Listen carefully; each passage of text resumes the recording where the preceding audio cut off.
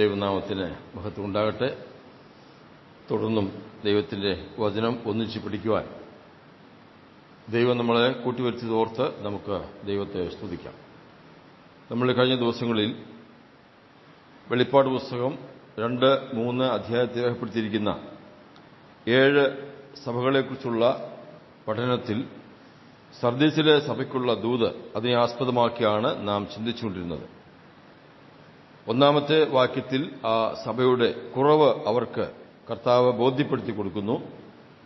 2-ാമത്തെ വാക്യത്തിൽ അതിനുള്ള പരിഹാരമാർഗം കൂടെ പറയുന്നു. 3-ാമത്തെ വാക്യത്തിൽ മാനസാന്തരപ്പെടേണ്ടതിന്റെ ആവശ്യകതയും ഇല്ലെങ്കിൽ സംഭവിക്കുന്ന കാര്യവും കൂടെ പറഞ്ഞ് അവരെ ഒന്ന് ഓർമ്മപ്പെടുത്തുകയാണ്. നാം ചിന്തിക്കുന്നത് 3-ാമത്തെ വാക്യമാണ്. വെളിപ്പാട് പുസ്തകം 3-ാമത്തെ അധ്യായം 3-ാമത്തെ വാക്യം. ആകയാൽ നീ പ്രാപിക്കുകയും കേൾക്കുകയും ചെയ്തത് എങ്ങനെയെന്ന് ഓർത്ത് അത് കാത്തുകൊള്ളുകയും മാനസാന്തരപ്പെടുകയും ചെയ്യുക. നീ ഉണരാതിരുന്നാൽ ഞാൻ കള്ളനെപ്പോലെ വരും. ഏത് നാഴികയ്ക്ക് നിന്റെ മേൽ വരുമെന്ന് നീ അറിയുകയുമില്ല.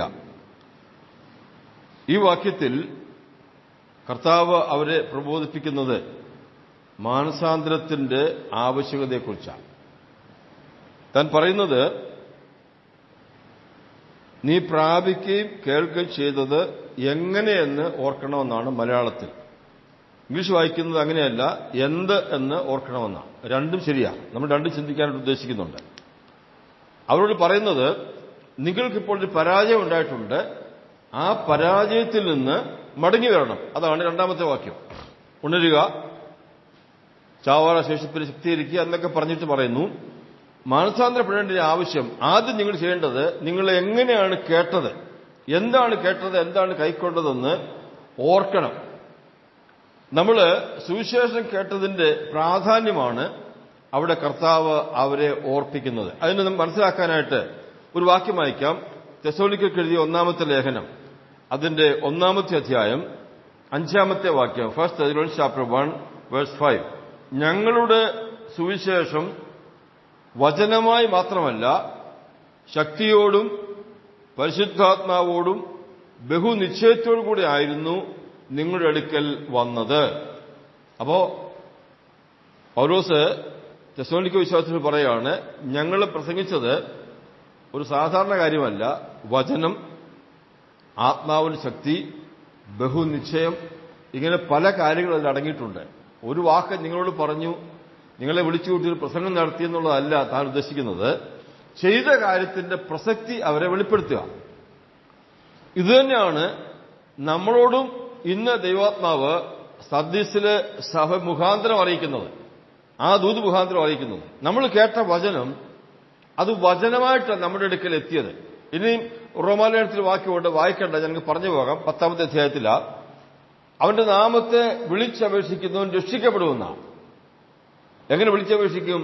അവർ ചോദിക്കുന്നത് കേൾക്കാതെ എങ്ങനെ വിളിച്ചപേക്ഷിക്കും, പ്രസംഗിക്കാതെ എങ്ങനെ കേൾക്കും, ഒരാളെ അയക്കാതെ എങ്ങനെ പ്രസംഗിക്കും. അപ്പോൾ അയച്ചു, പ്രസംഗിച്ചു, കേട്ടു, വിളിച്ചപേക്ഷിച്ചു, രക്ഷിക്കപ്പെട്ടു.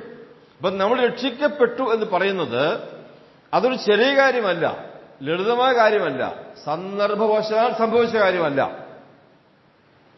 നമ്മൾ വായിച്ചു, പ്രാർത്ഥിച്ചു, മീറ്റിങ്ങിന് പോയി, കൺവെൻഷന് പോയി, പലരും നമ്മളോട് സംസാരിച്ചു, നമ്മൾ ബൈബിൾ വായിച്ചു, ഇതൊക്കെ ശരിയാണെങ്കിൽ പോലും ദൈവത്തിന്റെ വചനം ബഹുനിശ്ചയത്തോടെ നമ്മോട് സംസാരിച്ചിട്ടുണ്ട്, ആത്മാവിന്റെ ശക്തിയോട് സംസാരിച്ചിട്ടുണ്ട്. അങ്ങനെ അത് നമ്മൾ വേണ്ടവണ്ണം കൈക്കൊണ്ടപ്പോഴാണ് രക്ഷിക്കപ്പെട്ടത്. രക്ഷിക്കപ്പെടണമെങ്കിൽ അങ്ങനെ തന്നെ സംഭവിക്കണം. യാദൃശ്യമായിട്ട് ലഭിക്കുന്ന ഒരു കാര്യമല്ല രക്ഷ. രക്ഷയ്ക്ക് ഉതകുന്ന സുവിശേഷമെന്ന സത്യവചനം കേട്ട് വിശ്വസിക്കണമെന്നാണ് എഫെസ്യ വിശ്വാസത്തിനോട് പൗലോസ് പറയുന്നത്. അപ്പോ കർത്താവോട് ഓർപ്പിക്കുന്നതും അത് തന്നെയാണ്. നിങ്ങൾ എങ്ങനെ കേട്ടു നോക്കിക്കേ. 3-ാം വാക്യം ഒന്നുകൂടെ. ആകയാൽ നീ പ്രാപിക്കുകയും കേൾക്കുകയും ചെയ്യുന്നത് എങ്ങനെ, അല്ലെങ്കിൽ എന്ത് എന്ന് ഓർത്തുകൊള്ളുക. ഞാൻ 1-2 ഉദാഹരണങ്ങൾ പറയാം, അപ്പോഴത് മനസ്സിലാവും. അബ്രഹാം വിശ്വാസികളുടെ പിതാവാണ്, വളരെ ബഹുമാനിക്കപ്പെടുന്നൊരു മനുഷ്യനാണ്. നമ്മൾ സാധാരണ അദ്ദേഹത്തെക്കുറിച്ച് നിരന്തരമായിട്ട് പ്രസംഗിക്കാറുണ്ടല്ലോ. അദ്ദേഹം എങ്ങനെ വിശ്വാസത്തിലേക്ക് വന്നെന്ന് ചോദിച്ചാൽ എപ്പോഴാണ്, എങ്ങനെയാണ്, എന്താണ് താൻ കേട്ടത്, ആ സാഹചര്യമാണ് നാം ചിന്തിക്കാൻ പോകുന്നത്. ഒരു വാക്യം വായിക്കാം. യോശുവയുടെ പുസ്തകം 24-ാം അധ്യായം അതിന്റെ 2-ാമത്തെ വാക്യത്തിൽ യോശുവ ദൈവജനത്തോട് ആ കാര്യം പറയുന്നുണ്ട്. യോശുവ ചാപ്റ്റർ 24:2 അതിന്റെ 24-ാമത്തെ അധ്യായത്തിന്റെ 2-ാമത്തെ വാക്യത്തിൽ വായിക്കുന്നത്. അപ്പോൾ യോശുവ സർവ്വജനത്തോടും പറഞ്ഞത് എന്തെന്നാൽ, ഇസ്രായേലിന്റെ ദൈവമായ യഹോവ ഇപ്രകാരം അരുളിച്ചെയ്യുന്നു, നിങ്ങളുടെ പിതാവായ അബ്രഹാമിന്റെയും നാഹോറിന്റെയും പിതാവായ തേരഹ് പണ്ട് നദിക്കക്കരെ പാർത്ത് അന്യദൈവങ്ങളെ സേവിച്ചു പോന്നു. അപ്പോൾ അബ്രഹാം തന്റെ പിതാക്കന്മാരോട് ചേർന്ന് നദിക്കക്കരെ വെച്ച് അന്യദൈവങ്ങളെ സേവിച്ചു വരുന്നൊരു കാലഘട്ടം ഉണ്ടായിരുന്നു. അപ്പോഴാണ് ദൈവത്തിന്റെ വചനം തന്റെ ഹൃദയത്തിലേക്ക് ശക്തിയായി ചെല്ലുന്നത്. അപ്പോഴാണ് യഹോവ ദൈവം തന്നോട് സംസാരിക്കുന്നത്. അപ്പോൾ എന്താണ് പ്രാപിച്ചത്, എങ്ങനെയാണ് പ്രാപിച്ചതെന്ന് അബ്രഹാം ചോദിച്ചാൽ പറയും, എന്റെ സഹോദരന്മാരെ, ഞാൻ എന്റെ അപ്പന്റെയും വല്യപ്പന്റെയും കൂടെ വിഗ്രഹത്തെ ആരാധിച്ച് നടക്കുന്ന കാലഘട്ടത്തിൽ എനിക്കൊന്നും അറിയാമായിരിക്കുമ്പോൾ ദൈവം എന്നോട് സംസാരിച്ചു. അതെനിക്ക് ബോധ്യപ്പെട്ടു. ഞാൻ കേട്ടിട്ടുമില്ല, കണ്ടിട്ടുമില്ല, ആരും പറഞ്ഞിട്ടുമില്ല. അതെന്റെ ഹൃദയത്തെ വല്ലാതെ സ്പർശിച്ചു. ഞാനത് കേട്ട് അവന്റെ പിന്നാലെ പുറപ്പെട്ടു. അബ്രഹാം പറയാനുള്ള വാക്കിയതാ. മനസ്സിലായല്ലോ? അങ്ങനെയുള്ള അബ്രഹാമാണ് നിലനിന്നതെന്ന് ഓർക്കണം. നമ്മളെപ്പോലെ ബൈബിൾ ക്ലാസ്സിൽ പോയ ആളല്ല, സഭായോഗത്തിന് പോയ ആളല്ല, കൺവെൻഷന് പോയ ആളല്ല, വീട്ടിലാരും വന്ന് പ്രസംഗിച്ചിട്ടില്ല. അദ്ദേഹം ആദ്യമായിട്ട് കേൾക്കുകയാണ് സർവശക്തനായ ദൈവം, തേജോമയ ദൈവം തന്നോട് സംസാരിക്കുന്നതായിട്ട് തനിക്ക് ബോധ്യപ്പെട്ടപ്പോൾ താൻ അത് അപ്പഴുതി അംഗീകരിച്ച് അനുസരിച്ച് കർത്താവിന്റെ പിന്നാലെ പോയി. അതാണ് എങ്ങനെയാണ് അല്ലെങ്കിൽ എന്താണ് കേട്ടത് പ്രാപിച്ചതെന്ന് ഓർത്തുകൊള്ളണം എന്ന് പറഞ്ഞതിന്റെ ആശയം. എന്റെ പ്രിയമുള്ളവരെ, നമ്മൾ വിശ്വാസ ഭവനത്തിൽ ജനിച്ചവരാണെങ്കിൽ പോലും, ഇനി അല്ലെങ്കിലും ആണെങ്കിലും, വിശ്വാസികളുടെ മക്കളായിട്ട് ജനിച്ചാലും രക്ഷിക്കപ്പെടാത്തവരാണെന്ന ഏക കാരണത്താൽ ജാതികളോട് ലിസ്റ്റിലാപ്പെട്ടിരിക്കുന്നത്. വി ആർ ജെന്റൈൽസ്, ജാതികൾ. 3 കൂട്ടം ആൾക്കാരെ ലോകത്തിലുള്ളൂ ദൈവത്തിന്റെ ദൃഷ്ടിയിൽ. ഒന്ന് ജാതികൾ, മറ്റൊന്ന് യഹൂദന്മാർ, മൂന്നാമത്തേത് ദൈവസഭ. ഈ 2 കൂട്ടത്തിൽ രക്ഷിക്കപ്പെട്ടവരാണ് ദൈവസഭ. ഈ 3 കൂട്ടം ആൾക്കാരെ ലോകത്തിലുള്ളൂ. രക്ഷിക്കപ്പെടാത്തവരാരാണെങ്കിലും പാരമ്പര്യം പറയാനുണ്ടെങ്കിൽ പോലും നമുക്കൊന്നും പുകഴാനില്ല. നാം ആ കൂട്ടത്തിൽപ്പെട്ടവരായിരുന്നു. ആ നമ്മളാണ് രക്ഷിക്കപ്പെട്ടത്. അതിന് വചനം കൈക്കൊണ്ടു എന്നുള്ളത് വളരെ ഭക്തിയോട് നാം ഓർക്കണമെന്നാണ് ഇവിടെ പറയുന്നത്. മാനസാന്തരത്തിന് കർത്താവ് വഴിയൊരുക്കുക. നീ മാനസാന്തരപ്പെടണമെങ്കിൽ നീ എന്താണ് കേട്ടത്, എങ്ങനെയാണ് കേട്ടതെന്ന് ഓർക്കണം. 2-ാമത്തെ ആളുടെ കാര്യം പറഞ്ഞാൽ മോശയെക്കുറിച്ചാണ്. മോശ അമ്മയുടെ മടിയിൽ വളർന്നു. അമ്മ മോശയ്ക്ക് പാല് കൊടുത്തു, അവിടുന്ന് ശമ്പളം വാങ്ങിച്ചു. നമുക്ക് ചരിത്രം അറിയാം. അങ്ങനെ വളർന്ന ആ ചുരുക്കം നാളുകളിലായിരിക്കാം മോശ ദൈവത്തെക്കുറിച്ച് കേട്ടത്. അത് എന്തുമാത്രം കേൾക്കാനാ? നമുക്കറിയാം. ഒരു കുഞ്ഞ് മറുപടി മാറുന്നവരെ എന്ത് കേൾക്കാനാ? അത് കഴിഞ്ഞവൻ വളർന്നത് ഫറവോന്റെ കൊട്ടാരത്തിലാണ്. 40 വർഷം അവൻ വേണ്ടവണ്ണമൊന്നും മനസ്സിലാക്കിയിട്ടില്ല, കുറേയൊക്കെ ഗ്രഹിച്ചു കാണും എന്നേ ഉള്ളൂ. ആ 40 വയസ്സായപ്പോൾ തന്റെ പ്രവൃത്തി ദോഷമായിരുന്നു. അവൻ ശക്തിയോടെ ഇറങ്ങി വന്ന് ഒരു മിസ്രൈമിനെ അടിച്ചു കൊല്ലുക ചെയ്തത്. അടിച്ചു കൊന്ന് മണലിൽ മറവ് ചെയ്തു. അപ്പോൾ അവന്റെ പ്രവൃത്തി ശരിയല്ലായിരുന്നു. കാരണം എന്താ? അവൻ വേണ്ടത്ര വചനത്തിൽ പരിജ്ഞാനമില്ലായിരുന്നു. അതുകൊണ്ട് അവൻ അവിടുന്ന് ഓടിപ്പോകേണ്ടി വന്നു. അടുത്ത 40 വർഷം മരുഭൂമിയിൽ അമ്മായിപ്പന്റെ ആടുകളെ മേയിച്ചുകൊണ്ടിരുന്ന കാലഘട്ടം. വായിച്ചാട്ടെ, പുറപ്പാട് പുസ്തകം 3-ാം അധ്യായത്തിന്റെ 1-ാമത്തെ വാക്യം, എക്സോഡസ് ചാപ്റ്റർ 3 വേഴ്സ് 1. അവിടെ വായിക്കുന്നത് എന്താ? മോശയ്ക്ക് സംഭവിച്ചത് എന്താണെന്ന് അവിടെ പറയുന്നുണ്ട്.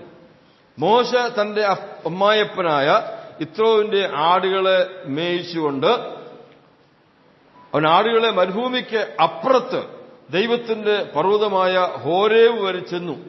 അവിടെ യഹോവയുടെ ഒരു ദൂതൻ മുൾപ്പടർപ്പ് നിന്ന് സംസാരിക്കുന്നത് കേട്ടു. മുൾപ്പടർപ്പ് കത്തുന്നു, വെന്തുപോകാതിരിക്കുന്നു. അത് കാണാൻ അടുത്ത് ചെന്നപ്പോൾ സംസാരം കേൾക്കുക. മോശ വചനം കേൾക്കുന്നത് അവിടുന്നാണ്. ശരിക്കും ആരും ബോധ്യപ്പെടുന്ന അവിടുന്നാണ്. അവന്റെ പേര് പറഞ്ഞ് വിളിച്ചു. അബ്രഹാമിന്റെയും ഇസാക്കിന്റെയും യാക്കോബിന്റെ ദൈവമാണ് ഞാനെന്ന് പറഞ്ഞു.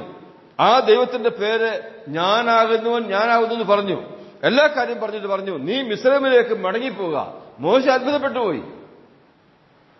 തുടർമാനോട്ട് വായിച്ചു വരുമ്പോൾ മോശ പോകുവാന് താല്പര്യം കാണിക്കാതിരിക്കുമ്പോൾ പറയുന്നത്, നിന്നെ കൊല്ലുവാൻ ആഗ്രഹിച്ച ഫറവോൻ മരിച്ചുപോയി, നീ പൊയ്ക്കോ എന്നാ പറയുന്നത്. നോക്കണം, അത്ഭുതകരമായ കാര്യമാണ്. മോശ അവിടെ പാപം ചെയ്തിട്ട് ഇവിടെ കൂടി വന്ന് 40 വർഷം കഠിനാധ്വാനം ചെയ്ത് കഷ്ടപ്പെട്ട് ജീവിച്ചതിന്റെ അവസാന കാലഘട്ടത്തിൽ മുൾപ്പടർപ്പിൽ പ്രത്യക്ഷപ്പെട്ട ദൈവം തന്നോട് സംസാരിച്ചു. നീ എങ്ങനെ കേട്ടു? നീ എന്ത് കേട്ടു? മോശ പറയും, സഹോദരന്മാർ, ഞാനിങ്ങനെ ആകപ്പാടെ വല്ലാതെ ഭാരപ്പെട്ടിരിക്കുമ്പോൾ ആരുമില്ല, ഒറ്റയ്ക്കാ. അപ്പോഴാ ദൈവം എന്നോട് സംസാരിച്ചത്. എന്റെ പേര് പറഞ്ഞ് എന്നോട് സംസാരിച്ചു. എന്റെ പിതാക്കന്മാരുടെ പേര് പറഞ്ഞു, ദൈവത്തിന്റെ പേര് വെളിപ്പെടുത്തി, എന്റെ സഹോദരന്മാരെ വിടുവിക്കേണ്ടതിന് എന്നെ അയക്കുമെന്ന് പറഞ്ഞു. മോശ അത് അതുപോലെ അങ്ങ് വിശ്വസിച്ചു. മോശയ്ക്കും പറയാനുണ്ട് പല കാര്യങ്ങൾ. മൂന്നാമത്തെ ആള് നിക്കോദിമോസാണ്. നിക്കോദിമോസ് ആരായിരുന്നു? നമുക്കറിയാം. അവനൊരു യോഹന്നാൻ 3 വായിക്കുന്നത് അവനൊരു യഹൂദനായിരുന്നു, അവനൊരു പരീശനായിരുന്നു, അവനൊരു പ്രമാണിയായിരുന്നു. അടുത്ത വാക്യം വായിക്കുന്നത് അവൻ പ്രായമുള്ള മനുഷ്യനായിരുന്നു, വൃദ്ധനായിരുന്നു. 10-ാം വാക്യം വായിക്കുന്നത് അവന് ഇസ്രായേലിന്റെ ഉപദേഷ്ടാവായിരുന്നു. ഇത്രയും ഗുണങ്ങൾ തനിക്കുണ്ടായിരുന്നു. ഭൗതികമായി പറഞ്ഞാൽ, പാരമ്പര്യമായി പറഞ്ഞാൽ, റിലീജിയസ് മതപരമായി പറഞ്ഞാൽ ഇത്രയും ഗുണങ്ങൾ തനിക്കുണ്ട്. ആ മനുഷ്യൻ കർത്താവോട് സംസാരിക്കാൻ വന്നപ്പോൾ കർത്താവ് ഓപ്പണായിട്ടങ്ങ് പറയാം അവനോട്, നീ വീണ്ടും ജനിക്കാതെ സ്വർഗത്തിൽ പോകത്തില്ല. അപ്പൊ അവൻ ആരാ? വീണ്ടും ജനിക്കാത്തവനാണ്. നിക്കോദിമോസ് പിൽക്കാലത്ത് രക്ഷിക്കപ്പെട്ട തെളിവാണ് യോഹന്നാൻ സുവിശേഷം 7-ാം അധ്യായത്തിലെ ഒരു സംഭവവും 19-ാം അധ്യായത്തിലെ മറ്റൊരു സംഭവം യേശുവിന്റെ അടക്കത്തോടനുബന്ധിച്ച്. അപ്പൊ അദ്ദേഹം രക്ഷിക്കപ്പെട്ടു. അദ്ദേഹവും പറയും, സഹോദരന്മാരെ, ഞാൻ വലിയ പാരമ്പര്യമുള്ള ആളാണെന്ന് പറഞ്ഞ് നടന്നതാണ്. ഞാൻ പള്ളിയിൽ പ്രസംഗിക്കുന്ന ആളായിരുന്നു. പക്ഷേ ഞാൻ രക്ഷിക്കപ്പെട്ടത് കർത്താവിനോട് നേരിട്ട് സംസാരിച്ചപ്പോഴാണെന്ന് അദ്ദേഹവും പറയും. ഞാനിത് അത്രയും കാര്യം പറഞ്ഞ് അവിടെ അവസാനിപ്പിക്കുക. ഇങ്ങനെ പറഞ്ഞാൽ അനേകരുടെ കാര്യങ്ങൾ നമുക്ക് എക്സാമ്പിളായിട്ട് പറയാനായിട്ട് സാധിക്കും. അവരൊക്കെ വചനം ശക്തിയോടെ കേട്ട്, ബഹുനിശ്ചയത്തോടെ കേട്ട്, ആത്മാവിനാൽ കേട്ട് സ്വീകരിച്ച് രക്ഷിക്കപ്പെട്ടവരാണ്. നമുക്കും ഉറപ്പ് പറയാൻ പറ്റൂല, അല്ലേ? ഇടയ്ക്കൊക്കെ ഇങ്ങനെ ചോദിക്കണം, സംശയിക്കണ്ട. ഉറപ്പ് പറയാൻ പറ്റൂല, അല്ലേ? വചനം കേട്ടും പാപബോധമുണ്ടായും ആത്മാവിന്റെ സഹായത്താലും യേശുവിനെ കർത്താവെ സ്വീകരിച്ചുവെന്ന് ഉറപ്പ് ലഭിച്ചവരാണല്ലോ, അല്ലേ? ഇല്ലെങ്കിൽ മാനസാന്തരപ്പെടാൻ പറ്റത്തില്ല. കർത്താവ് പറയാ, നീ ഓർത്തോണം, എന്താ പ്രാപിച്ചത്, എങ്ങനെയാ പ്രാപിച്ചത്. ചിലരോട് രക്ഷിക്കപ്പെട്ട കാര്യം ചോദിച്ചാൽ രക്ഷിക്കപ്പെട്ടെന്ന് പറയുമെങ്കിലും ഓർമ്മയില്ല. എപ്പോഴാ, എന്തോ സംഭവം, എവിടെ വെച്ചാ എന്നും പലർക്കും ഓർമ്മയില്ല. വാസ്തവത്തിൽ ഓർക്കേണ്ടതാ അത്. ഞാൻ അത്രേ തൽക്കാലം പറയുന്നുള്ളൂ. ഒന്ന് ഇവിടെ പറഞ്ഞേക്കുന്നത് 3-ാമത്തെ വാക്യത്തിൽ, വെളിപ്പാട് ദിവസം 3-ാം അധ്യായത്തിലെ 3-ാമത്തെ വാക്യത്തിൽ, നീ എങ്ങനെ പ്രാപിച്ചു, എന്തു പ്രാപിച്ചു എന്ന് ഓർത്തുകൊള്ളുക. പിന്നെ പറഞ്ഞേക്കുന്നത് നീ അതിനെ കാത്തുകൊള്ളണം. പ്രാപിച്ചതിനെ കാത്തുകൊള്ളണം. Keep it. ഈ സൂക്ഷിക്കുക, കാത്തുകൊള്ളുക എന്ന് പറയുന്നത് ദൈവത്തിന്റെ വചനത്തിൽ വളരെ പ്രധാനപ്പെട്ട ഒരു കാര്യം. ദൈവം നമുക്ക് എന്താണോ തന്നിരിക്കുന്നത് അത് നമ്മൾ കാത്തുകൊള്ളണം. ബൈബിളിൽ ആദ്യമായിട്ട് സൂക്ഷിക്കണം എന്ന് പറഞ്ഞേക്കുന്ന വാക്ക് ആദമിനോടാണ്. തോട്ടത്തിൽ വേല ചെയ്യുവാനും അതിനെ കാപ്പാനും സൂക്ഷിപ്പാനും അവനെ ആക്കി. കൾട്ടിവേറ്റ് ആൻഡ് കീപ്പ് ഇറ്റ് എന്ന് പറഞ്ഞേക്കുന്നത്. ആ കാര്യത്തിൽ പരാജയപ്പെട്ട ഒരു മനുഷ്യനാണ് ആദം. സംശയമൊന്നുമില്ല, ഞാൻ വിശദീകരിക്കുന്നില്ല, പല പ്രാവശ്യം പറഞ്ഞിട്ടുള്ളതാണ്. അപ്പൊ കീപ്പ് ഇറ്റ്, സൂക്ഷിക്കുക എന്ന് പറഞ്ഞ വാക്ക് ആദ്യം ആദമിനോട് പറയുന്നത് ഉൽപ്പത്തി പുസ്തകത്തിന്റെ ആദ്യ പേജുകളിലാണ്. അവിടെ തന്നെ പരാജയമുണ്ടായി. എന്നാൽ ആ വാക്ക് ദൈവം പലരോടും പല പ്രാവശ്യം ആവർത്തിച്ച് പറഞ്ഞിട്ടുണ്ട്. കീപ്പ് ഇറ്റ്, സൂക്ഷിക്കുക. തന്നത് സൂക്ഷിക്കണം. നമ്മളൊന്നും നേടിയെടുത്തിട്ട് സൂക്ഷിക്കാനല്ല പറഞ്ഞത്. നമുക്ക് നേടിയെടുത്തത് സൂക്ഷിക്കാൻ അറിയാം. നമ്മൾ അധ്വാനിച്ച് ശമ്പളം വാങ്ങിച്ചാൽ അത് നമുക്ക് നഷ്ടപ്പെടുത്താതെ സൂക്ഷിപ്പാനും ഡിപ്പോസിറ്റ് ചെയ്യാനും അറിയാം. അതൊന്നും കർത്താവിനോട് പറഞ്ഞിട്ടില്ല ചെയ്യാൻ. നിങ്ങൾ ചെയ്തു, വേണം ചെയ്തു. കർത്താവ് ആവശ്യപ്പെടുന്നത് ഞാൻ നിങ്ങളെ എന്തേൽപ്പിച്ചോ അത് നിങ്ങൾ സൂക്ഷിക്കണം. പരാജയപ്പെട്ടവരുണ്ട്, വേറെ പരാജയപ്പെട്ടവരുമുണ്ട്, അതിൽ ജയിച്ചവരുമുണ്ട്. അതിൽ വളരെ പ്രധാനപ്പെട്ട ഒരു കാര്യമാണ് ലൂക്കോസ് 15. നോക്കിക്കേ, ലൂക്ക് ചാപ്റ്റർ 15. അവിടെ നഷ്ടപ്പെട്ടു പോയ 3 കാര്യങ്ങൾ പറയുന്നു. 100 ആടുകളിൽ 1 നഷ്ടപ്പെട്ടു പോയി, അതിനെ തേടിക്കൊണ്ടുവന്നു. രണ്ടാമത്തേത് ഒരു സ്ത്രീയുടെ 10 നാണയങ്ങളിൽ 1 നഷ്ടപ്പെട്ടു, അതിനെ തേടി കിട്ടി. മൂന്നാമത്തേത് 2 മക്കളിൽ ഒരുത്തൻ നഷ്ടപ്പെട്ടു, അവൻ മടങ്ങി വന്നു. അപ്പോൾ ഈ സ്ത്രീയുടെ കാര്യം പറഞ്ഞു നോക്കിക്കേ, ലൂക്ക് ചാപ്റ്റർ 15 വേഴ്സ് 8, അതിന്റെ 8-ാമത്തെ വാക്യം. ഒരു സ്ത്രീക്ക് 10 ദ്രഹ്മ ഉണ്ടെന്നിരിക്കട്ടെ, ഒരു ദ്രഹ്മ കാണാതെ പോയാൽ വിളക്ക് കത്തിച്ച് വീട് അടിച്ചു വാരി അത് കണ്ടുകിട്ടും വരെ സൂക്ഷ്മതയോടെ അന്വേഷിക്കാതിരിക്കുമോ? പശ്ചാത്തലം പെട്ടെന്ന് ഞാൻ പറയാം. യഹൂദ പശ്ചാത്തലം അനുസരിച്ച് അവരുടെ ഭർത്താവ് അവ കൊടുക്കുന്നതാണ് ഈ നാണയങ്ങൾ. അത് വെള്ളിയോ സ്വർണമോ ഒക്കെ ആകാം. അത് സാധാരണ സ്ത്രീകൾ അതിന്റെ ഒരു ഓളൊക്കെ ഉണ്ടാക്കി അത് മാല പോലെ കോർത്ത് കഴുത്തിലിടും, അല്ലെങ്കിൽ സൂക്ഷിച്ചു വെക്കും. ഭർത്താവ് തന്നത് സൂക്ഷിച്ചു വെക്കാനുള്ള കടപ്പാട് അവക്കുണ്ട്. അതിലൊരെണ്ണം നഷ്ടപ്പെട്ടു പോയാൽ, കെയർലെസ് ആയിട്ട് നഷ്ടപ്പെട്ടു പോയാൽ ഭർത്താവിനുള്ള അവിശ്വസ്തയായിട്ട് ഭർത്താവ് അത് കണക്കാക്കും. സ്നേഹക്കുറവായിട്ട് കണക്കാക്കും. അതുകൊണ്ട് സ്ത്രീകളെല്ലാം വളരെ ഭദ്രമായിട്ടും അത് സൂക്ഷിക്കും. അങ്ങനെ സൂക്ഷിക്കവെയാണ് ഒരെണ്ണം നഷ്ടപ്പെട്ടു പോയത്. എങ്ങനെയാണെന്നറിയത്തില്ല, നഷ്ടപ്പെട്ടു പോയി. സൂക്ഷിക്കാൻ കൊടുത്താ, സൂക്ഷിക്കേണ്ടതാ, കീപ് ഇറ്റ്. അവൾ എന്ത് ചെയ്തറിയാമോ? വിളക്ക് കത്തിച്ചു, അടിച്ചു വാരി, സൂക്ഷ്മതയോടെ കണ്ടെടുത്തു, സൂക്ഷ്മതയോട് അന്വേഷിച്ചു. അപ്പൊ സൂക്ഷ്മതയോട് അന്വേഷിക്കേണ്ട കാരണം എന്താ? സൂക്ഷ്മത കുറവുകൊണ്ട് നഷ്ടപ്പെട്ടതാ. അപ്പൊ നമ്മുടെ ജീവിതത്തിൽ കർത്താവ് തന്നതിന് നഷ്ടപ്പെടുത്താനായിട്ട് പാടില്ല. നമുക്ക് തന്ന കഴിവ്, കൃപാവരം, അതൊക്കെ പ്രയോജനപ്പെടുത്തണം. അതിന് അഭംഗമുണ്ടായെങ്കിൽ പ്രയോജനപ്പെടുത്താൻ കഴിയുന്നില്ലെങ്കിൽ നമ്മൾ ഇന്നും ഒരു മന്ദീഭവിച്ച അവസരമാണെങ്കിൽ, കഴിഞ്ഞ ദിവസങ്ങൾ ചിന്തിച്ചതുപോലെ മരിച്ചവരെ പോലെയാണെങ്കിൽ, ഉറങ്ങുന്നവരെ പോലെയാണെങ്കിൽ, അലസരാണെങ്കിൽ ചെയ്യേണ്ട കാര്യം അവിടെ പറഞ്ഞ കാര്യം ചെയ്താൽ മതി. 1, വിളക്ക് കത്തിക്കണം. 2, അടിച്ചു വാരണം. 3, സൂക്ഷ്മതയോടെ കണ്ടെത്തണം. എങ്ങനെ അറിയാം അതിന്റെ വിശദീകരണം? വിളക്ക് കത്തിക്കുക എന്ന് പറഞ്ഞാൽ പ്രകാശത്തെ കാണിക്കുന്ന. നമ്മുടെ കർത്താവ് പറഞ്ഞു, ഞാൻ ലോകത്തിന്റെ വെളിച്ചമാകുന്നു. പിന്നെ പറഞ്ഞു, ബൈബിൾ വായിക്കുന്നത്, നിന്റെ വചനം എന്റെ കാലിലെ പ്രകാശവും എന്റെ പാതയ്ക്ക് ദീപമാകുന്നു. അപ്പൊ ഞാൻ പറയാൻ ഉദ്ദേശിക്കുന്നത്, ദൈവത്തിന്റെ വചനമാകുന്ന പ്രകാശമാകുന്ന കർത്താവിന്റെ സഹായത്താൽ നമുക്ക് മടങ്ങി വരുവാൻ സാധിക്കും. ഒരു അടിച്ചുവാര് ആവശ്യമെങ്കിൽ അടിച്ചുവാരണം. അടിച്ചുവാരി ഒരു ഗുണമുണ്ട്. അടിച്ചു വാരുന്നവർക്ക് അറിയാമല്ലോ. അടിച്ചു വാരുന്നത് സൂക്ഷിക്കാനാണോ കളയാനാണോ? കളയാനാണ്. ഏൽപ്പിച്ചത് സൂക്ഷിക്കുക എന്ന് പറഞ്ഞാൽ, ഏൽപ്പിച്ചതിന്റെ പുറത്ത് പൊടി വന്നെങ്കിൽ, മാലിന്യം വന്നെങ്കിൽ അടിച്ചുവാരി കളയണം.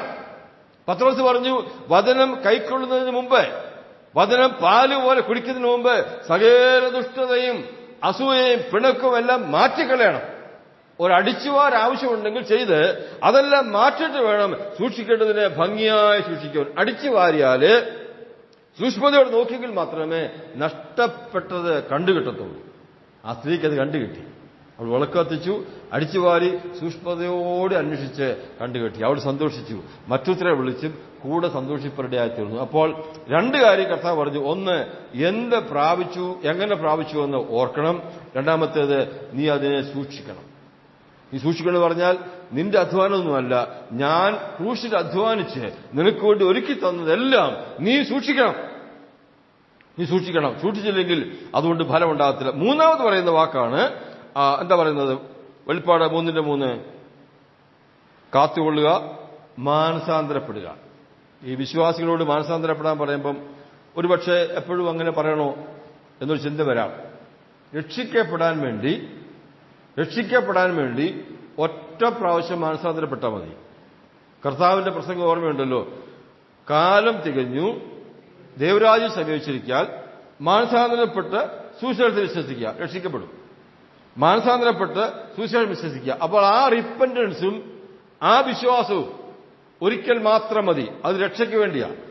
എന്നാൽ പിന്നീട് വിശ്വാസികൾ അനുദിനം മാനസാന്തരപ്പെടണം, വല്ലപ്പോഴുമല്ല. വിശ്വാസികൾക്ക് മാനസാന്തരം നിരന്തരം ആവശ്യമുണ്ട്. എങ്കിൽ മാത്രമേ ആത്മജീവിതത്തിൽ വളർച്ചയും പക്വതയും ഉണ്ടാകത്തുള്ളൂ. ജീവിതത്തിലെ കുറവുകൾ കണ്ടുപിടിച്ചാൽ ഉടൻ തന്നെ ദൈവത്തോട് കുറവേറ്റു പറഞ്ഞ് ക്ഷമ ചോദിക്കുന്നതാണ് മാനസാന്തരം. അതില്ലാത്ത വിശ്വാസിക്ക് ഒരിക്കലും മുൻപോട്ട് പോകുവാൻ വളർച്ച ഉണ്ടാകത്തുമില്ല. അവിടെ കർത്താവ് പറഞ്ഞത്, നീ ഉണരണം, ചാവാറ ശേഷിപ്പിനെ ശക്തീകരിക്കണം, മടങ്ങി വരണം എന്നൊക്കെ പറഞ്ഞത് മാനസാന്തരത്തിന്റെ ലക്ഷണമാണ്. നമ്മൾ മാനസാന്തരപ്പെടണമെന്ന് അവിടെ ആവർത്തിച്ച് പറയുന്നു. ഇനി അവിടെ പറഞ്ഞേക്കുന്നത് മാനസാന്തരപ്പെട്ടില്ലെങ്കിലോ എന്താ പറഞ്ഞേക്കുന്നത്? 3 മാനസാന്തരപ്പെടുകയും ചെയ്യുക. നീ ഉണരാതിരുന്നാൽ ഞാൻ കളഞ്ഞപ്പോൾ നീ ഇവിടെ പിന്നെയും പറഞ്ഞത് ഉണരുക എന്നാ. മാനസാന്തരപ്പെടുകയും ഉണരുകയും ചെയ്യുക. ഈ ഉണരാതിരുന്നാൽ എന്ന് പറഞ്ഞാൽ അതിന്റെ ആശയം നീ ഉറങ്ങുക എന്നാ. തുടങ്ങിയത് എന്ത് പറഞ്ഞെന്നറിയാമോ? നീ മരിച്ചവനാന്ന് പറഞ്ഞ് തുടങ്ങിയത്. പിന്നെ പറഞ്ഞത് നീ ഉറങ്ങുന്നവനാ. പിന്നെ പറഞ്ഞത് നീ ചാവാറായ ശേഷിപ്പ. ഓരോ വാക്ക് പറഞ്ഞതിന്റെ അർത്ഥം നമ്മൾ ചിന്തിച്ചത് ഞാൻ ആവർത്തിച്ച് പറയുന്നില്ല. നീ ഉണരണം എന്ന് പറയാം. മാനസാന്തരപ്പെടുന്നതിന് മുമ്പ് എന്ത് ചെയ്യണം? ഉണരണം. ഉണർന്ന് വേണം മാനസാന്തരപ്പെടാനായിട്ട്. അപ്പൊ ഈ ഉണരുക എന്ന് പറഞ്ഞാൽ എന്താ? നമ്മൾ സാധാരണ ഒരു പഴഞ്ചൊല്ല് പറയാറുണ്ടല്ലോ, ഉറങ്ങുന്നവനെ ഉണർത്താൻ വലിയ ബുദ്ധിമുട്ടൊന്നും ഇല്ല, ഉറക്കം നടിക്കുന്നവനെ ഉണർത്താൻ പാടാണ്. എന്താ ഞാൻ ഇവിടെ എന്താ ഈ പഴഞ്ചൊല്ല് പറയുന്നറിയാമോ? എനിക്ക് കുറവുണ്ട് എന്നെനിക്ക് ശരിയായ ബോധ്യമില്ലെങ്കിൽ എനിക്ക് മാനസാന്തരം ആവശ്യമുണ്ടെന്ന് എനിക്ക് നല്ല ബോധ്യമില്ലെങ്കിൽ, ഞാൻ ഉറങ്ങുന്നവനാണെന്ന് എനിക്ക് ബോധ്യമില്ലെങ്കിൽ എനിക്ക് ഉണരാൻ പറ്റത്തില്ല. ഞാനൊരു ഭക്തനെ പോലെ അഭിനയിക്കുകയാണെങ്കിൽ, ഭക്തിയുടെ വേഷം ധരിച്ച് നടക്കുന്നവനാണെങ്കിൽ എനിക്ക് ഉണരാൻ പറ്റത്തില്ല. വിശ്വാസികളുടെ മധ്യേ സംഭവിച്ചുകൊണ്ടിരിക്കുന്ന വലിയൊരു പരാജയമാണ് കവറിങ്, എല്ലാം മൂടി വയ്ക്കുക. ഞാൻ നല്ലവനാണ്, നല്ലവളാണ് എന്ന ബോധ്യത്തിൽ ചിന്തയിലെങ്കിൽ ജീവിക്കുക. അത് തെറ്റാ. ആ ചിന്ത നമുക്കുണ്ടാകുന്നതിന് കാരണം ചോദിച്ചാൽ, അടുത്തിരിക്കുന്ന സഹോദരനെയാണ് ഞാനുമായിട്ടൊന്ന് താരതമ്യപ്പെടുത്തുന്നത്, അടുത്തിരിക്കുന്ന സഹോദരിയാണ് ഒന്ന് താരതമ്യപ്പെടുത്തുന്നത്. ആ താരതമ്യം നോക്കുമ്പോൾ അവരെക്കാൾ ഞാൻ ആരാ? മെച്ചമാണ്. അവരെക്കാൾ ഞാൻ മെച്ചമാണ്. അതുകൊണ്ടാണ് പലപ്പോഴും എനിക്ക് കുറവ് ബോധ്യപ്പെടാൻ കഴിയാത്തതും മാനസാന്തരപ്പെടാൻ കഴിയാത്തതും. അങ്ങനെ ഒരു താരതമ്യം കർത്താവ് പറഞ്ഞിട്ടില്ല. നമ്മൾ താരതമ്യപ്പെടുത്തുകയാണെങ്കിൽ ആരോട് നമ്മളെ താരതമ്യപ്പെടുത്തണം? പറയാമോ? കർത്താവിനോട്. വേറെ നമുക്ക് മാതൃകയൊന്നുമില്ല. അവൻ ജീവിച്ചതുപോലെ, അവൻ സ്നേഹിച്ചതുപോലെ, അവൻ കരുണ കാണിച്ചതുപോലെ, അവൻ ക്ഷമിച്ചതുപോലെ, അതാ പ്രമാണം. അതുപോലെ എന്നല്ലാതെ വേറെ ആരുടെയും കാര്യം പറഞ്ഞിട്ടില്ല. നമുക്കറിയാമല്ലോ യെശയ്യാവിനെ പറ്റിയ അബദ്ധം. യെശയ്യാ പ്രവാചകൻ ശക്തിയോടെ പ്രവചിച്ച പ്രവാചകനാണ്.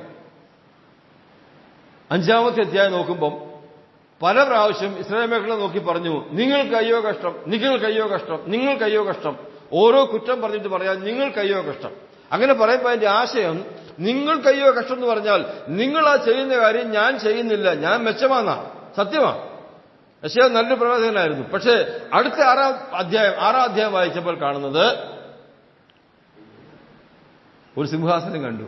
കർത്താവ് ഉയർന്നു പൊങ്ങിയുള്ള സിംഹാസനത്തിരിക്കുന്നത് കണ്ടു.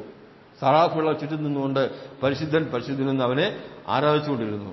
അപ്പോൾ താൻ പറയുകയാണ്, അയ്യോ ഞാൻ അശുദ്ധിയുള്ള അതരമുള്ള മനുഷ്യൻ. എന്താ കാരണം? അപ്പോൾ താൻ നോക്കിയത് കർത്താവിനെയാണ്.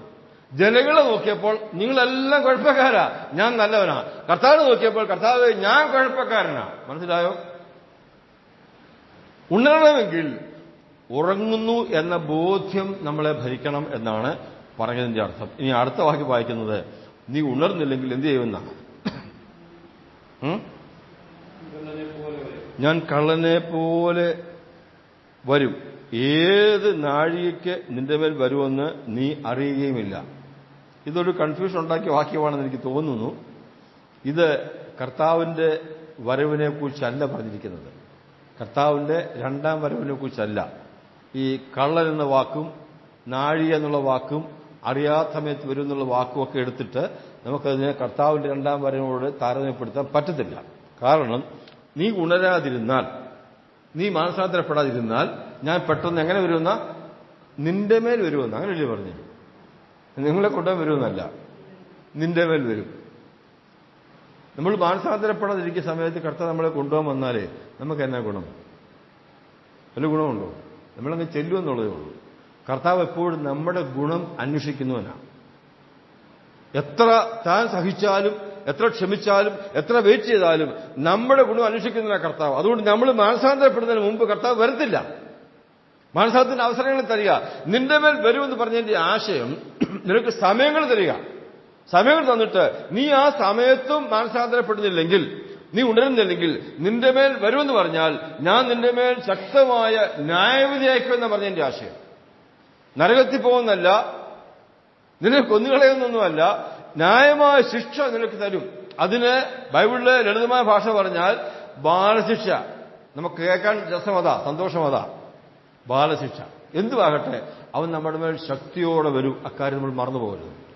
മാനസാന്തരത്തിന് സമയം ലഭിച്ചിട്ടും, ഉണരാൻ സമയം ലഭിച്ചിട്ടും, എവിടെ എന്ത് പ്രാപിച്ചുവെന്ന് ബോധ്യപ്പെടാൻ സമയം ലഭിച്ചിട്ടും അതൊക്കെ ചിന്തിച്ച് തരുന്ന അവസരത്തെ കർത്താവിന്റെ കരുണയിൽ നിന്ന് കണ്ട് എത്രയും പെട്ടെന്ന് മടങ്ങി വന്ന് യഥാസ്ഥാനപ്പെട്ട് ഒരു നല്ല ആത്മീയ ജീവിതം നയിച്ച് ഒരു ആത്മീയനായി, ആത്മീയ സ്വഭാവത്തോടുള്ള ജീവിപ്പാനായിട്ട് എനിക്കും നിങ്ങൾക്കും കഴിയുന്നില്ലെങ്കിൽ നമ്മൾ കാലങ്ങൾ ദീർഘിപ്പിച്ചാൽ കർത്താവിന്റെ ദീർഘക്ഷമെന്ന് വിചാരിച്ച് ഇരിക്കരുത്.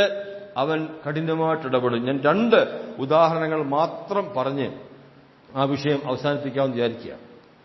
ഒന്നാമത്തേത് ശൗൽ രാജാവിന്റെ കാര്യവും, രണ്ടാമത്തേത് ദാവീദ് രാജാവിന്റെ കാര്യവുമാണ്.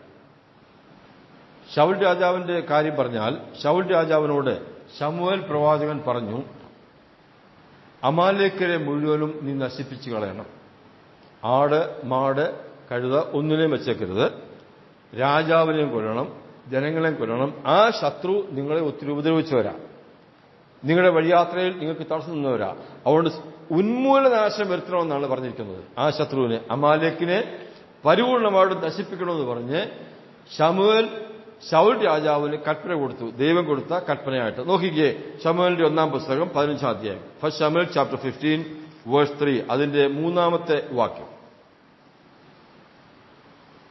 ഫസ്റ്റ് ശമൂവേൽ ചാപ്റ്റർ 15 വേഴ്സ് 3.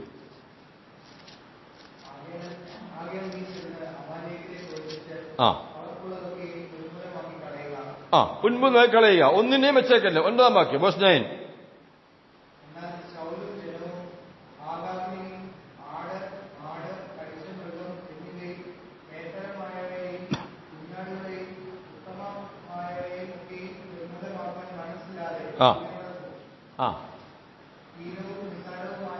നോക്കണേ, ശമൂവേൽ പറഞ്ഞത് ഇവർ കേട്ടോ. ശൗലും കൂടെയുള്ളവർ ചെന്ന് അമാലേക്കരോട് യുദ്ധം ചെയ്തു, അവരെ പരാജയപ്പെടുത്തി. അതിൽ രാജാവിനെ കൊല്ലാൻ സൂക്ഷിച്ചു, പല ആളുകളെയും കൊല്ലാൻ സൂക്ഷിച്ചു, നല്ല വിലപിടിപ്പുള്ള ആരോഗ്യമുള്ള കാളയെയും മാടിനെയും ഒക്കെ കൊല്ലാൻ സൂക്ഷിച്ചു. ഹീനവും നിസ്സാരവുമായതിനെല്ലാം കൊന്നുകളഞ്ഞു. കൽപ്പന പ്രമാണിച്ചോ? ഇല്ല, കൽപ്പന പ്രമാണിച്ചില്ല. ദൈവത്തിന് തന്റെ ജനത്തോട് കൽപ്പന കൊടുത്താൽ അത് പാലിക്കണമെന്ന താല്പര്യം, പാലിക്കാനുള്ള സാഹചര്യം കൊടുത്തു. ശത്രുവിനെ അവന്റെ കൈക്കീഴില്, അവന്റെ കാൽ കീഴില് പരാജയപ്പെടുത്തി കൊടുത്തു, അവന് ബലം കൊടുത്തു, നല്ല സൈന്യത്തെ കൊടുത്തു, എല്ലാ സാഹചര്യം കൊടുത്തിട്ടും ശമൂവേൽ ചെയ്തില്ല. വിലപിടിപ്പുള്ളതിനെ സൂക്ഷിച്ചു വെച്ചു, ഹീനമായതിനെ കൊന്നുകളഞ്ഞു. ഇത് തികച്ചും പരീശന്മാരുടെ സ്വഭാവമാണ്. കർത്താവ് പറഞ്ഞ ഓർമ്മയുണ്ടല്ലോ, നിങ്ങളെ ചതകുപ്പ, ജീരകം മുതലായവയ്ക്ക് കൃത്യമായിട്ട് പതാരം കൊടുക്കുന്നു. മനസ്സിലായോ? കരുണ, ദയ, വിശ്വസ്തത എന്നിവ ഇല്ലാതെ ജീവിക്കുന്നു. കരുണ, ദയ, വിശ്വസ്തത എന്നൊക്കെ പറഞ്ഞാൽ ഏറ്റവും ശ്രേഷ്ഠമായ കാര്യം. വാക്യം വായിച്ചേ, മത്തായി 23:23, മാത്യു 23:23. കർത്താവ് എന്താ പറഞ്ഞിരിക്കുന്നത്? പരീശന്മാർക്ക് അയ്യോ കഷ്ടം എന്ന് പറയുന്ന വാക്കെന്താ?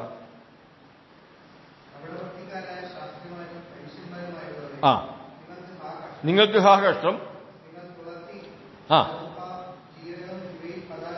നിങ്ങള് തുളസി, ചതകുപ്പ, ജീരകം ഇതിൽ പതാരം കൊടുക്കുകയും ന്യായം, കരുണ, വിശ്വസ്തത, ന്യായപ്രമാണത്തിൽ ഘനമേറെ തേച്ചു കളയുന്നു. വിലപിടിപ്പുള്ളത്, വാല്യൂ ഉള്ളത് തേച്ചു കളയുന്നു. നിസാരമായതിന് പ്രാധാന്യം കൊടുക്കുന്നു. ഇത് പരീശന്മാരുടെ സ്വഭാവമാണ്. ഇതുതന്നെയാണ് ശൗല് അന്ന് ചെയ്തത്. നിസാരമായതിനെ കൊന്നുകളഞ്ഞിട്ട് വിലപിടിപ്പുള്ളതിനെ മാറ്റി. രാജാവിനല്ലേ കൊല്ലേണ്ടത്? രാജാവിനെ കൊല്ലേണ്ടത്, കൊന്നില്ല. ഞാൻ ചോദിക്കട്ടെ, വേർപെട്ട ദൈവജനത്തിന്റെ മധ്യത്തിൽ ഇന്ന് നടക്കുന്ന പല പ്രവണതകളും പ്രവൃത്തികളും ഇങ്ങനെയല്ലേ? ചോദിക്കാൻ ദുഃഖമുണ്ട്. വിലപിടിപ്പുള്ള കാര്യങ്ങൾക്ക് പ്രാധാന്യം കൊടുക്കുന്നില്ല, നിസ്സാര കാര്യങ്ങൾക്ക് പ്രശ്നമുണ്ടാക്കുക. സഭയിലാണേലും കുടുംബത്തിലാണേലും ശുശ്രൂഷയിലാണേലും നിസ്സാര കാര്യത്തിന് പ്രശ്നമുണ്ടാക്കുക. വിലപിടിപ്പുള്ള കാര്യങ്ങൾ, വിലപ്പെട്ട കാര്യങ്ങൾ, അടിസ്ഥാനപരമായ ഉപദേശങ്ങൾ, ഈ കാര്യത്തിനൊക്കെ യാതൊരു വിലയും കൊടുക്കുന്നില്ല. പരീശന്മാരെ പോലെ ആയിത്തീരുന്ന ഒരവസ്ഥയല്ലേ ഇന്ന് നമുക്കുള്ളതെന്ന് വളരെ ദുഃഖത്തോടെ ഇന്ന് പരിശോധിക്കേണ്ട ആവശ്യമാണ്.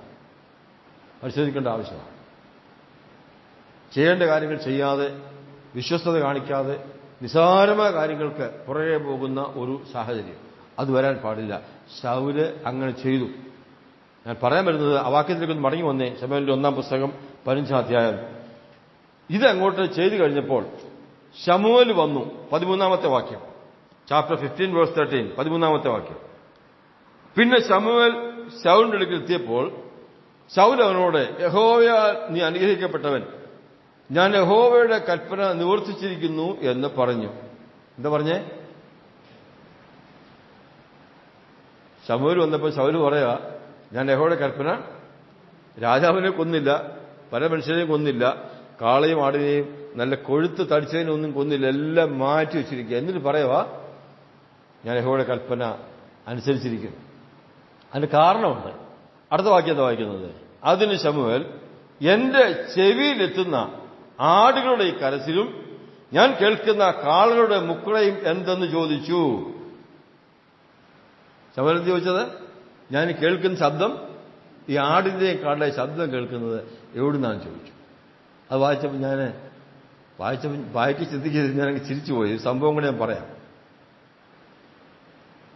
ഈ ശൗല് ഇതിനെയൊക്കെ മറച്ചു വെച്ചിരിക്കുകയാണ്, ഒതുക്കി വെച്ചിരിക്കുക. കാളെ അപ്പുറത്തും ആടിനെ അപ്പുറത്തും ഒക്കെ മാറ്റി വെച്ചിരിക്കുക. ശമൂവേൽ വരുന്നതിനെ പെട്ടെന്ന് കാണാതിരിക്കാനായിട്ട്. ഇത് കാളയ്ക്കും ആടിനും സമയം വന്നപ്പോൾ അതെന്ത് ചെയ്തു? കാള അമറി, ആട് മെമ്മയെന്ന് പറഞ്ഞു. ഈ ആടിനും കാളയ്ക്കും ശമൂവേലിനും അറിയാമോ? അറിയത്തില്ല. ശമൂവേലിനും അറിയത്തില്ല.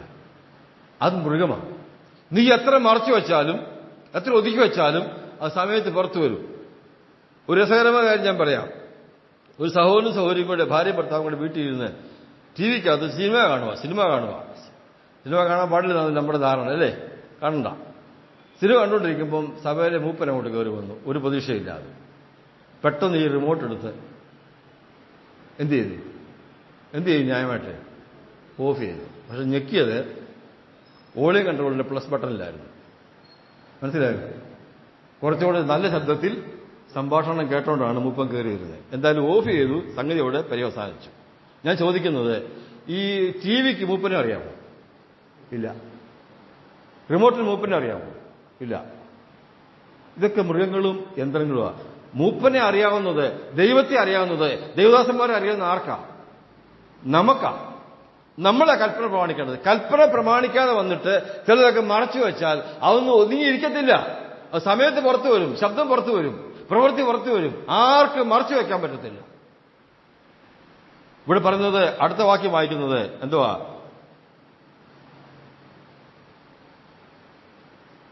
അവന്റെ രാജ്യത്വം നീക്കിക്കളഞ്ഞു.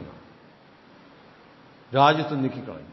ഇതാണ് പറഞ്ഞത്, നീ മാനസാന്തരപ്പെട്ടില്ലെങ്കിൽ ഞാൻ അപ്രതീക്ഷിതമായ സമയത്ത് നിന്റെ മേൽ വരും. കൊല്ലുവാനല്ല, കൊണ്ടുപോകാനുമല്ല, പിന്നെ ന്യായമായ ശിക്ഷ തരുവാനാണ്. എന്റെ പ്രിയ സഹോദരന്മാരെ, നാം മാനസാന്തരപ്പെടാൻ ആവശ്യമുണ്ടെന്ന് ബോധ്യപ്പെട്ടാൽ, ഉണരുവാൻ ആവശ്യമുണ്ടെന്ന് ബോധ്യപ്പെട്ടാൽ, മടങ്ങി വരാൻ ആവശ്യമുണ്ടെന്ന് ബോധ്യപ്പെട്ടാൽ എത്രയും പെട്ടെന്ന് ഉണരണം, മടങ്ങി വരണം, മാനസാന്തരപ്പെടണം. അത് ചെയ്തില്ലെങ്കിൽ കർത്താവിന്റെ ക്ഷമയെ നമ്മൾ പരിശോധിക്കരുത്. അവൻ ശക്തമായി നമ്മുടെ മേൽ വരും. കണ്ടോ, ഈ ശൗലിന്റെ രാജ്യത്വം നഷ്ടപ്പെട്ടു. പക്ഷെ അവൻ മരിക്കുന്നവരാരായിരുന്നു? രാജാവായിരുന്നു. അതിന്റെ അർത്ഥം ഞാൻ ഉറച്ചു പറയാ, രക്ഷ നഷ്ടപ്പെടുമെന്ന് എന്നോട് പഠിപ്പിച്ചത്. രാജാവായിട്ട് അഭിഷേകം ചെയ്താൽ മരിക്കുന്നവർ രാജാവാണ്. വിശ്വാസിയായിട്ട് അഭിഷേകം ചെയ്താൽ മരിക്കുന്നൊരു വിശ്വാസിയ, സംശയമൊന്നുമില്ല. അത് നഷ്ടപ്പെടുന്ന കാര്യമല്ല. പക്ഷേ ലഭിച്ച നന്മ നഷ്ടപ്പെടുക, ശുശ്രൂഷ നഷ്ടപ്പെടുക, ഉത്തരവാദിത്തങ്ങൾ നഷ്ടപ്പെടുക ചിലത് ഉണ്ടാകാൻ പാടില്ല. അതുകൊണ്ട് കർത്താവ് പറയുന്നു, മാനസാന്തരപ്പെടുക, അല്ലെങ്കിൽ നീ പ്രതീക്ഷിക്കുന്ന സമയത്ത് ഞാൻ നിന്റെ മേൽ വരും. ഒരു സംഭവം. രണ്ടാമത്തേത് രാജാവായ ദാവീദിന്റെ കാര്യമാണ്. ദാവീദിന്റെ സ്വഭാവത്തിൽ ഉണ്ടായ ഒരു വൈകല്യം, ബേത്ശേബയുള്ള ബന്ധത്തിൽ താൻ പാപം ചെയ്തു. ആ പാപം ഏറ്റുപറയാതെ മാനസാന്തരപ്പെടാതെ കൊണ്ടുവരുന്ന കാലം നോക്കിക്കേ. 2 ശമൂവേൽ 11 അധ്യായം 27 വാക്യം. 2 ശമൂവേൽ ചാപ്റ്റർ 27, ചാപ്റ്റർ 11 വേഴ്സ് 27, 11:27. അവിടെ വായിക്കുന്നത്, എത്ര നാള് താൻ മാനസാന്തരപ്പെടാതിരുന്നു എന്നൊരാശയം നമുക്കവിടെ കിട്ടുന്നുണ്ട്. 2 ശമൂവേൽ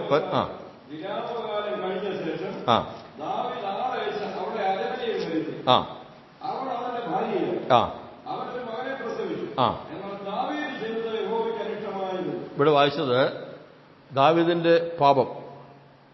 ആ പാപം ദാവീദ് അങ്ങ് മറച്ചുവെച്ചു.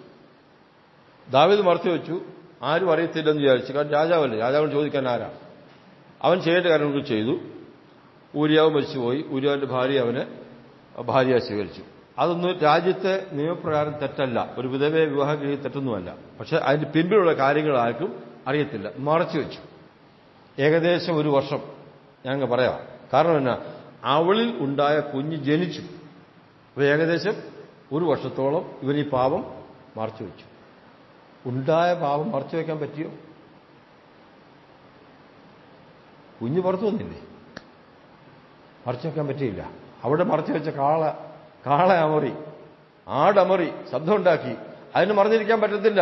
ഇവിടെ മറച്ചു വെച്ചത് മറിഞ്ഞിരുന്നില്ല, സമയത്ത് പുറത്തു വന്നു. ഏതാണ്ട് 1 വർഷത്തോളം ഈ മനുഷ്യൻ മാനസാന്തരപ്പെടാതെയും തകർന്ന ഹൃദയമില്ലാതെയും ഇങ്ങനെ ഒതുങ്ങിക്കഴിഞ്ഞു. 12-ാം അധ്യായത്തിന്റെ 1-ാം വാക്യം വായിച്ചേ, 12-1.